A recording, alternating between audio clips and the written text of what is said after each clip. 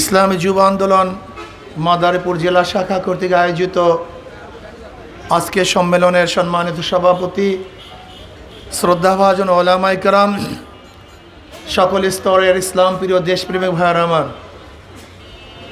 ইসলামী আন্দোলনের মেসেজ কি, তাদের বক্তব্য কি? আসলে চোরে শোনে না ধর্মের কাহিনী। আমাদের বক্তব্য অনেকেই শুনতে চায় না। আমাদের বক্তব্য অনেকের পছন্দ হয় না, অথচ আমাদের বক্তব্য তো সবার পছন্দ হওয়ার কথা ছিল, সবাইরে শোনার উচিত ছিল। আচ্ছা, আমি বলবো যারা ইসলামী রাজনীতিকে পছন্দ করেন না, যারা বর্তমান পলিটিক্স করতে চান, যারা ইসলামকে পছন্দ করেন না, বর্তমান পলিটিক্স করেন, বর্তমান পলিটিক্সের সূচনা কি আপনাদের থিওরি অনুযায়ী? সক্রেটিস ঈসা সালের 500 বছর আগে তিনি কেন রাজনৈতিক এই প্রোগ্রাম ডেমোক্রেসি কেন কায়েম করেছিলেন? তৎকালীন সময় কোনো নেতা ছিল না, সমাজ ছিল বিচ্ছিন্ন, যার যে শক্তি ছিল সে দুর্বল মানুষদের অত্যাচার করত, অবিচার করত। তখন তিনি কি করলেন? সমস্ত মানুষকে ঐক্যবদ্ধভাবে রাখার জন্য, সমাজে ন্যায় বিচার প্রতিষ্ঠিত করার জন্য, জুলুম অত্যাচারকে বন্ধ করার জন্য একজন নেতা নির্বাচন করবে। কিভাবে করবে? জনগণ করবে। উদ্দেশ্য কি ছিল? সাম্য, মানবিক মর্যাদা, সামাজিক ন্যায় বিচার, প্রত্যেকের অধিকারকে প্রতিষ্ঠিত করা। কিন্তু আজকে আপনারা কি রাজনীতি করতেছেন আমাকে বলুন। ৭১-এর যুদ্ধ হয়েছিল সাম্য, মানবিক মর্যাদা, সামাজিক ন্যায় বিচার প্রতিষ্ঠিত করার জন্য। এই মাদারীপুর অঞ্চলের মানুষ অনেকেই আওয়ামী লীগ করেন। আমি ওই সমস্ত জ্ঞানী বন্ধুদেরকে প্রশ্ন করতে চাই, যারা জ্ঞানহীন, গাঁজা মদের মধ্যে থাকে, নেশাগ্রস্ত, তাদের সাথে আমার কোনো বক্তব্য নেই।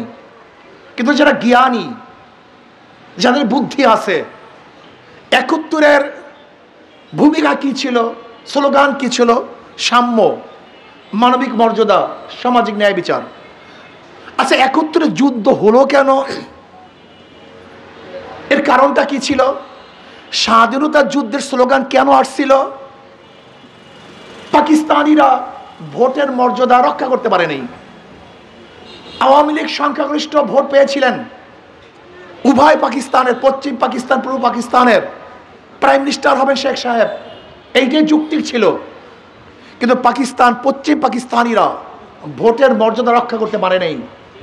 এই জন্য বাংলাদেশের মানুষের কাছে যা কিছু ছিল তা নিয়ে ঝাঁপিয়ে পড়ছিল। স্বাধীন হয়ে গেলাম।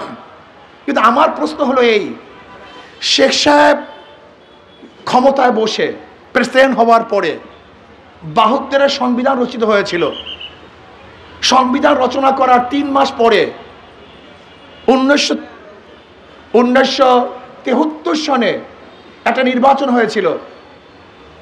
আপনি কি জানেন সেই নির্বাচনে আওয়ামী লীগ ভোট পেয়েছিল কত? 293টা। কাউকে নমিনেশন পেপার সাবমিট করতে দেয় নাই। অথচ দেখেন, ৭১-এ আমরা যুদ্ধ করেছিলাম ভোটের অধিকার বাস্তবায়ন করার জন্য।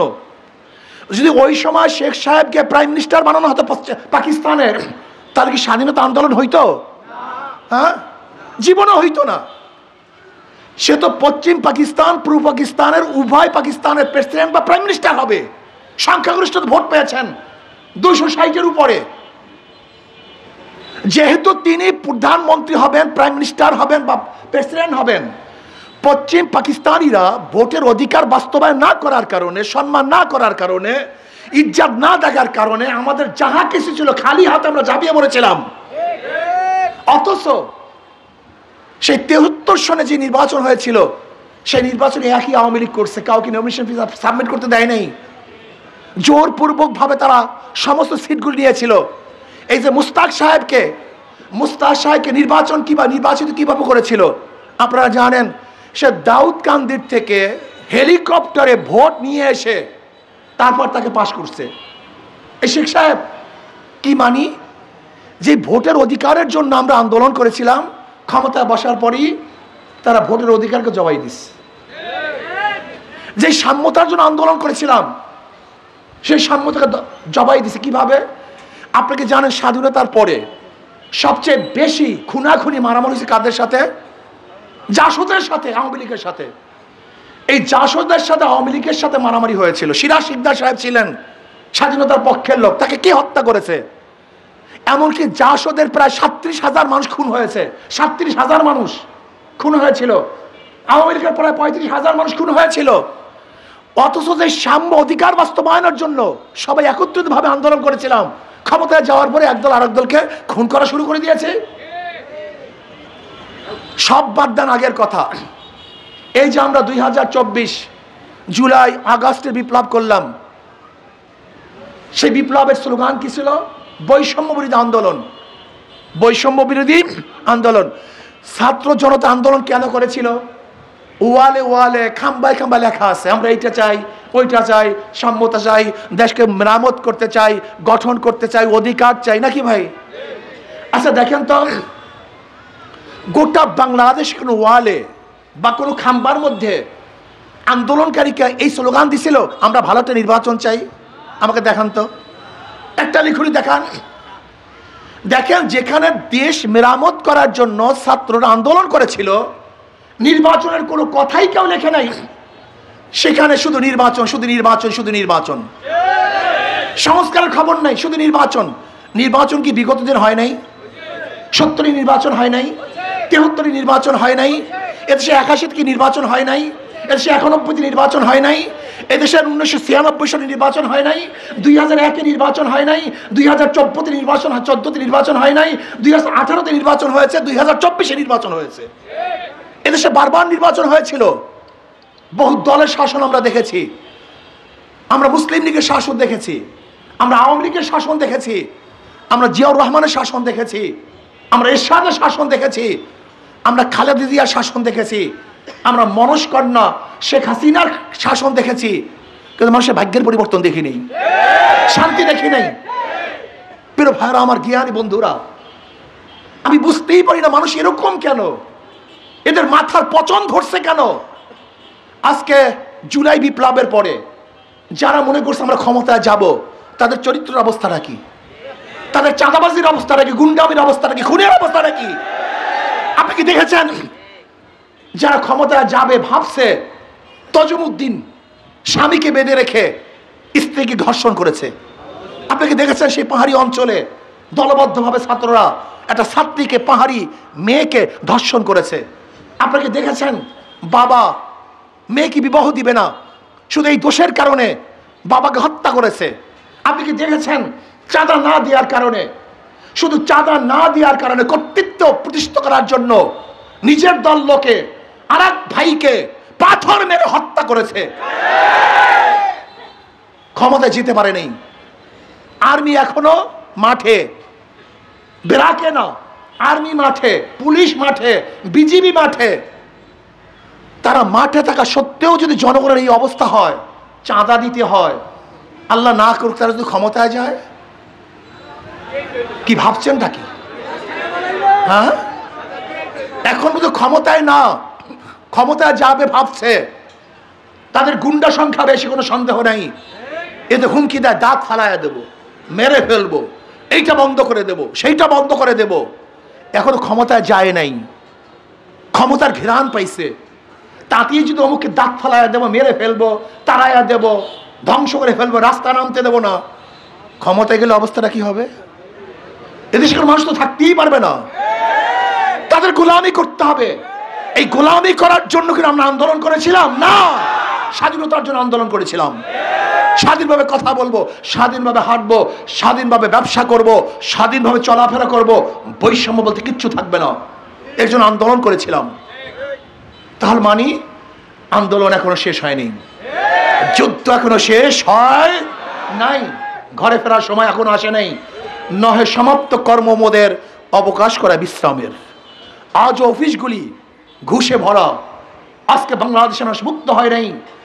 আজকে বাংলাদেশে হাজারো গরিবরা না খেয়ে আসে, হাজারো বাংলাদেশের মানুষ বিবস্ত্র অবস্থায়, হাজারো মানুষ, বাংলাদেশের মানুষ খোলা আকাশে নিচে ঘুমাচ্ছে। আজকে বাংলাদেশের হাজারো গরিব তারা চিকিৎসার অভাবে ধুকে ধুকে মরছে। হাজারো গরিব সন্তান মেধাবী পয়সার অভাবে পড়তে পারছে না। এই বৈষম্য আমরা রাখতে চাই না, দেখতে চাই না। বাংলাদেশকে সবার জন্য একটা কান্ট্রি করব।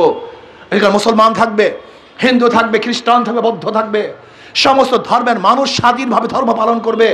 যেখানে গরিব দুঃখী মেহনত মানুষগুলি ক্ষুধার্ত অবস্থায় থাকবে না, বস্ত্রহীন থাকবে না, খোলা আকাশে নিচে ঘুমাবে না। আমরা খুঁজে খুঁজে বের করব কোথায় গরিবদের মেধাবী সন্তান আছে, তাদেরকে পড়াবার ব্যবস্থা করব। এর জন্য প্রয়োজন হলো আদর্শবান এক লিডারের, আদর্শবান এক নীতির। সেই আদর্শবান লিডার হলো মুসলমান এবং আদর্শবান নীতি হল ইসলাম।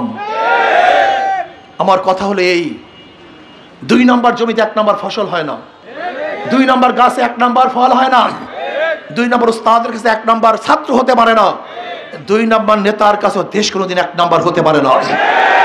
দুর্নীতিবাজ, চোর, ডাকাত, বদমাশদের কাছে যদি দেশকে দেন, দুর্নীতিমুক্ত দেশ কোনোদিন হতে পারে না। দেখেন ওদের সব জায়গায় ধোঁকামি। যারা নৌকা নিয়ে নির্বাচন করে তারা নৌকা চালাতে পারে না, যারা ধানের শেষে নির্বাচন করে নিজেরা ধান কাটতে পারে না, যারা নাঙ্গলে নির্বাচন করতে তারা নাঙ্গল বইতে পারে না, যারা কুঠা নিয়ে নির্বাচন করে তারা নিজেরা কাঠ কাটতে পারে না। সব মার্কাগুলি গরিবদের। নৌকা কারা চালায়? কথা বলেন। ধানের শীষ কাদের? নাঙ্গল কাদের? কুঠার কাদের? সব গরিবদের মার্কা, কিন্তু একজনও গরিব না। যারা নির্বাচন করে একজনও গরিব না, মার্কা নিছে গরিব, দেখুন নিজে গরিব না। তার মানে ওদের কথার সাথে কাজের মিল নেই, কিন্তু হাত পাখা। এমন এক প্রতীক, যে নির্বাচন করে সে ঘুরাতে পারে, যারা করে তারাও ঘুরাতে পারে, পুরুষরাও চালাতে পারে, মহিলারাও চালাতে পারে, ছোটরাও চালাতে পারে, বড়রাও চালাতে পারে। মুসলমানদের প্রয়োজন, হিন্দুদের প্রয়োজন, খ্রিস্টানদের প্রয়োজন। কারেন্ট ফেল করে, হাত পাকা ফেল করে, এটা সবার প্রতীক। কেউ কার মার্কা নিয়ে ঘুমায় না, নৌকা নিয়ে কেউ বুকের মধ্যে ঘুমায় না, ধানের শীষ নিয়ে কেউ ঘুমায় না, নাঙ্গল বুকে নিয়ে কেউ ঘুমায় না, কিন্তু ঘুমের সময় হাত পাকা বুকের মধ্যে থাকে, কলিজার মধ্যে থাকে। তার মানে হলো হাত পাকা বিজয় হলে এই দেশ বিজয় হবে, হাত পাকা বিজয় হলে জাতি বিজয় হবে, হাত পাকা বিজয় হলে সমস্ত মানুষ শান্তি পাবে। শান্তির প্রতীক হাত পাকা। সব মার্কা দেখা শেষ, হাত পাকার বাংলাদেশ। আমি অনুরোধ করব ভাই, আমি অনুরোধ করব, জীবনভর বহুত পরীক্ষা নিয়েছেন আওয়ামী লীগের, পরীক্ষা নিয়েছেন বিএনপির, পরীক্ষা নিয়েছেন জাতীয় পার্টির। ওরা বারবার পরীক্ষা দিয়েছে, ফেল করছে, কিন্তু ইসলাম এখনো পরীক্ষা দেয় নাই, পরীক্ষা নেন নাই। আমি অনুরোধ করবো একটাবার ইসলামকে পরীক্ষা নেন। আমরা পরীক্ষা দেওয়ার জন্য প্রস্তুত। যদি ফেল করি দ্বিতীয়বার পরীক্ষার হলেই ঢুকবো না। একটাবার ইসলামকে ক্ষমতায় নেন, একটাবার ইসলামকে ক্ষমতায় নেন, ইনশাআল্লাহ দ্বিতীয়বার আপনার কাছে পরীক্ষা দেওয়ার জন্য আসবো না। সবাই ইনশাআল্লাহ শান্তিতে বসবাস করতে পারবো, সবাই মুক্তি পাবো, চাঁদা মুক্ত একটা দেশ গড়বো, সবার অধিকারকে বাস্তবায়ন করব। আল্লাহ আমাদের সবাইকে কবুল করে নেন।